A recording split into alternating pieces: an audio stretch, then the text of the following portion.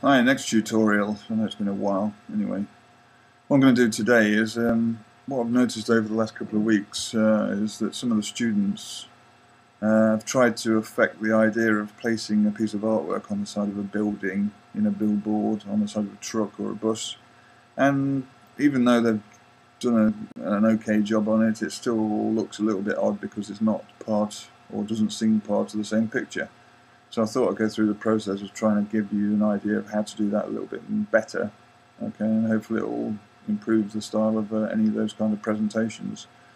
First thing first, I made a piece of artwork. Say this is the piece of artwork that we're going to use on the side of a truck. This tutorial will be about a truck. I'll do another billboard one later.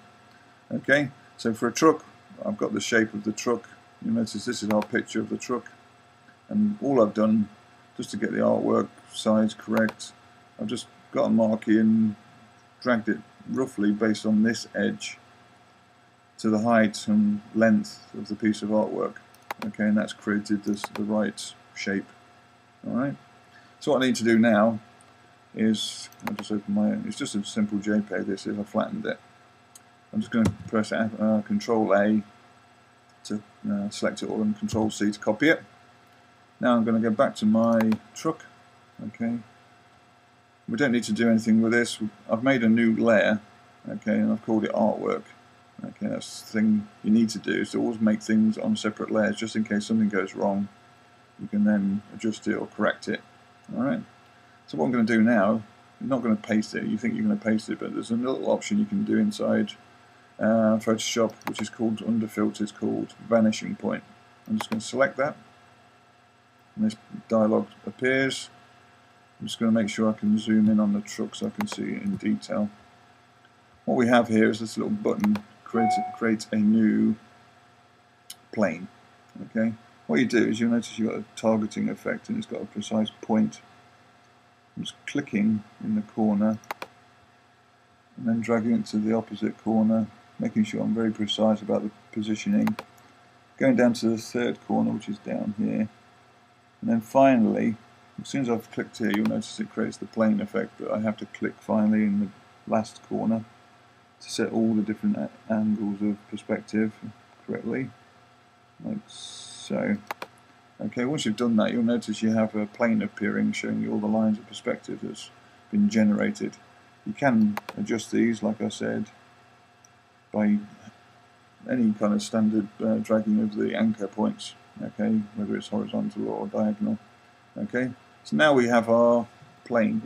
I'm just going to zoom out so I can see the full picture, because what's going to happen now is I'm going to paste my picture in there. Okay, so if I just press Control V, we have our piece of artwork appearing, and that's the reason I zoomed out, is because it's in the wrong place. So I'm going to get my transform tool, just at the moment grab in the middle so I can move my piece of artwork around. What you'll notice, as soon as that arrow in that middle of the artwork appears over the plane, it snaps it into the right perspective. Like so, and even when you take it out, it will put it back in the right perspective so you can see what it looks like at different degrees. We need it inside, so I'm just going to drop it somewhere inside. It doesn't matter how much. Okay, and I'm going to zoom in again now so I can see the box. I've just got to make it so I can see the whole piece of artwork first. Like so, just drag it, doesn't matter. And then what we've got to do is move these. I tend to do it from the top left, so I'm going to move it to the top left corner. As soon as it hits the edges of that plane, you'll notice the marquee disappears, like so. So what we need to do now is to then do the same to the opposite sides, so all the marquee edges disappear, like so. Final one. Yep, like that. When there's no marquees appearing, that means it's correct. Okay. Press OK, and you'll notice then it just slaps it on the side of your truck. Okay. You may say, well, I can see there's some errors now. It doesn't matter. What you can do, go back to Filter, Vanishing Point, and it'll have it all still available. Okay. I'm going to cancel that. So there we have it. We have a piece of artwork. As you can tell, it looks like it's stuck on. I'm just going to zoom in so you can see it closer. It doesn't look like it's got the same lighting or the same effect Okay, it's got some quality to the picture, and this is a flat piece of artwork which is just clean and precise. Okay, so we've got to change this. The first thing we can do is go to filters, and we're going to add a little bit of noise, because you notice, I'll just show you first actually, if I go to the sky, it's a good way of looking at noise, you notice if you zoom in on this picture, it's got lots of patterning effects. We can't actually give that same digital picture effect, but what we can do is give something similar. And the way we can do that is to give it give it some grain. The way we do this is go to noise, add noise. You notice here in your preview it has a little dotty effect. If I do it quite a lot, you'll notice it does that. Okay, but we need a subtle amount, so I'm going to bring it right back down to 2. You notice just a little bit enough. Okay, it looks just enough to give a kind of an effect of some displacement in the picture. Okay, just press OK then, and you notice it's starting to give it a little more natural feel to it. Okay, next thing I'm going to do, excuse me, next thing I'm going to do is to add a new layer, and this is going to, I'm going to call this lighting. Okay, what I'm going to do is if I just click off my artwork layer, you'll notice here, going down to here, it gets lighter to darker. And we have to replicate this on the artwork, because it's just going to look flat. Okay, you'll notice it's more darker here than it is this corner. Okay, this is probably because the light's coming from the top right. Right. So what we're going to do is on the lighting layer, I'm going to make sure it's on black on the default colours, and then select my gradient. Then making sure I select the object. Oops. Making sure I select the object, I'm going to do a simple gradient at a slight angle, okay, to the top, like so. Okay, and it looks a bit terrible because obviously it's transparent to black, and you don't want black, you just wanted it in a kind of a darker tone of what's underneath. So what we have to do is just adjust the fill.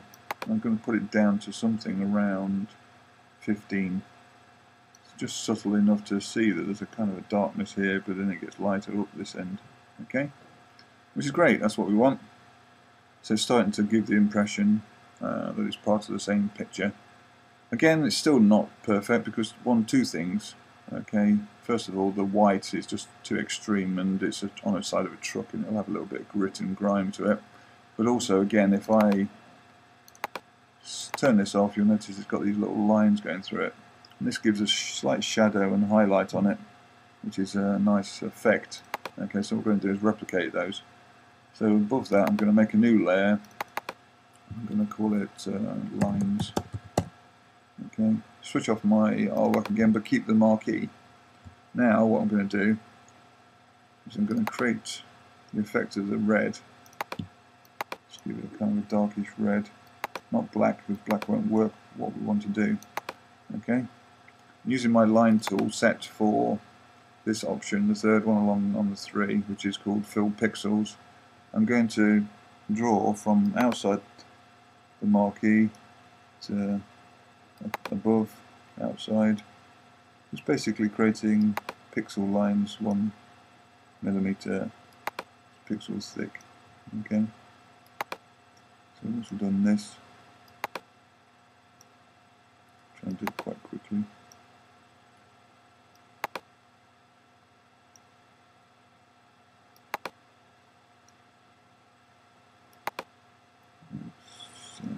What is the last one? Because it's reflected in the other one. Okay, so we've got our pixels. Yeah, and you notice it looks a bit awkward because it's like basically just lines going down the picture. So what we have to do, obviously, is to adjust the depth of it just to give it a subtle effect. But it's enough to, I'll put it about 25, 24, 25. Okay, it's just enough to give it the effect that, you know, there's something applied to the side of the truck with these lines. But you notice it will have some highlighting as well, so I'm just going to duplicate that line and just change it using, I believe it's screen, and I'm just going to nudge it 1 pixel to the right. Okay, if I zoom in, you'll notice there's just then a very subtle, I'll just take it off, you notice a very subtle highlight effect. I can adjust obviously the strength of this, yeah, like so. I'll keep it around 75. Okay, like so. Zoom out again. And you notice it gives the effect that it's got some kind of paneling. But okay, finally, that's okay. But finally we need to give it kind of this grunge effect. Okay, so what I'm going to do to make it a little bit nicer, add a new layer. I'm just going to call it dirt. Okay, make sure we have our marquee selected again, select all and just nudge it. Okay, this time I'm just going to hide it. I'm going to use Control H to hide the marquee, but it's still there. I'm going to select black again on my default palette, and I'm going to use my brush tool, but I'm going to have it on what's known as, let's get rid of it, on dissolve there. Okay, so using dissolve and having a relatively big brush which covers the entire size of your artwork, I'm just going to simply click and move, click and move, click and move. Okay, now you're probably thinking to yourself, that looks a bit too messy, especially seeing I've done it on the one layer. Let me just readjust that so it's on the dirt layer. So yeah, so what we're going to do is make that look more natural and blend it into the artwork. That just looks too messy. So using another filter, I'm going to go down to blur and something called motion blur. If I do this, you notice what it's done now is instantly stretched all those lines like streaks instead of dots onto your artwork. Okay, I'm just going to make it so it's very, very, very streaky, which makes it even more blurred and out of focus, so you can't see the details so much. Press OK, and then if you want to, you can again adjust the amount of visibility there is on the truck. Okay, so I'm going to keep that about 45. Okay, zoom out, and for the first attempt we have a piece of artwork which has pieces of detailing on the side of the truck, which looks a little bit more like it's actually part of the truck, simply because we've considered the lighting, considered the aspects of what is on the side of the truck, i.e. lines and highlighting, etc. Okay, there are other things you can do. For instance, under image adjustment, we can go to hue and saturation, because you may find your artwork is a little bit too strong to the side of the truck relative to the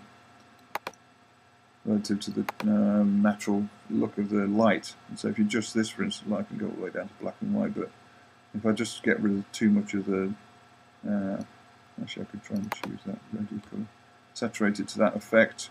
Okay, and it just adds a little bit more natural effect because it's not illuminated so much as the picture is. Okay, so there we have it. We have artwork on the side of a truck. Alright, that's all you need to do really. Hopefully it will work if you try it.